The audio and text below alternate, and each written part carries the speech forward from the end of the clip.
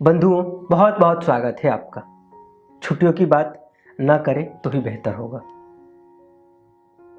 आइए शुरू करते हैं कहानियों का सीरीज। और कहानी की सीरीज की अगली कहानी आइए सुनाता हूं आपको। अभी 5 दिन ही हुए थे शिवांग को बतौर शिक्षक इस नए स्कूल में पढ़ाते हुए। शिवांग अभी नया था तो उसे 1-2 क्लास लेने की अभी इजाज़त थी।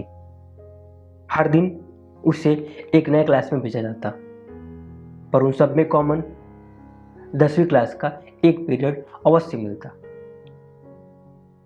और पिछले 5 दिन में शिवांग के लिए भी एक कॉमन था।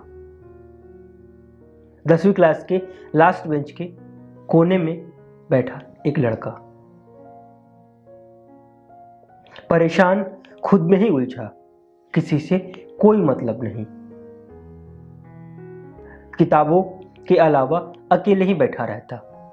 हाँ, ये अलग बात है, अकेला तो होता पर सामने से, भीतर तो कई तरह की बातों में उलझा रहता।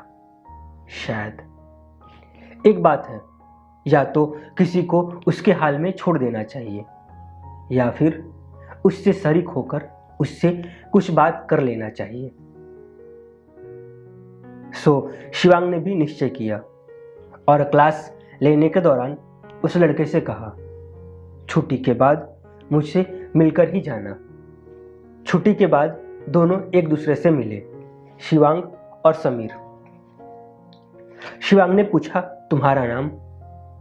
सर, समीर। शिवांग ने पूछा, समीर क्या बात है? समीर, कुछ नहीं सर।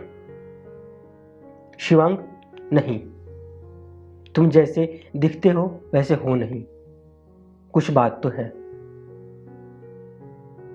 तुम परेशान हो, किसी उलझन में हो। समीर अपनी आंखें नीचे झुकाते हुए कहा, नहीं सर, सब कुछ ठीक है, मैं भी ठीक हूं। दोनों एक साथ सड़क पर चले जा रहे थे। सड़क टूटी फूटी थी और थोड़ी देर पहले बारिश भी हुई थी।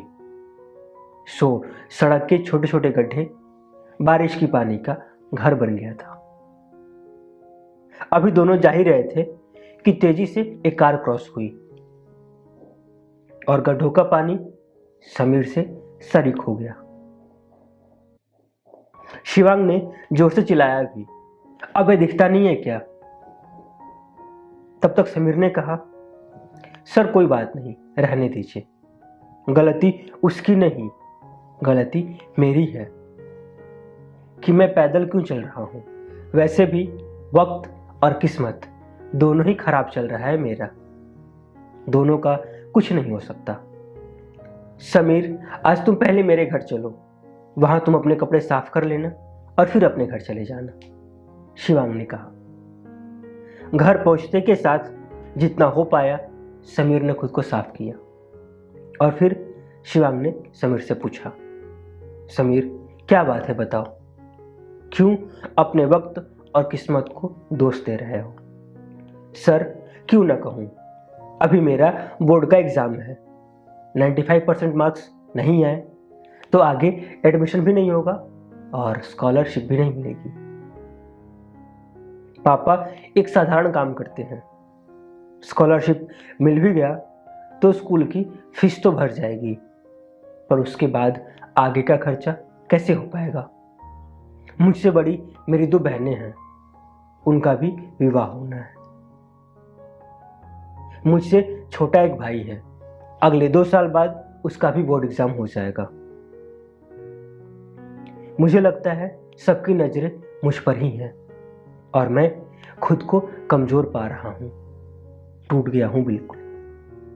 देखो समीर, सबसे पहले तो खुद को जीनियस समझना बंद करो। ये जो अभी तुमने बताया है ना, ये तुम्हारी अकेले की समस्या नहीं है और ये समस्या भी नहीं है। अभी थोड़ी देर पहले जिस कार ने तुम्हें गंदा किया है, उस गंदगी का उम्र क्या है? तब तक जब तक वो धुल नहीं जाती, वो धुल गया मतलब वो मर गया, है ना? हाँ, बस तुम्हें भी यही समझना है। अभी जो भी तुमने अपनी परेशानी बताई है वो सब भी इस गंदगी जैसा ही है। जैसे जैसे ये वक्त बीतता जाएगा तुम्हारी परेशानियों का वक्त भी पूरा होता जाएगा। समीर, अभी ज़रूरत तुम्हें खुद को इकट्ठा करने की है, न कि इन बेफजूल की बातों को।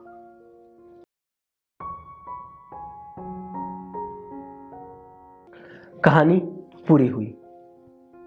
कैसे लगी आपको ज़रूर बताइएगा। इंतज़ार आपके कमेंट का, और ये कहानी सुनने के लिए, पसंद करने के लिए आप सभी का बहुत बहुत धन्यवाद।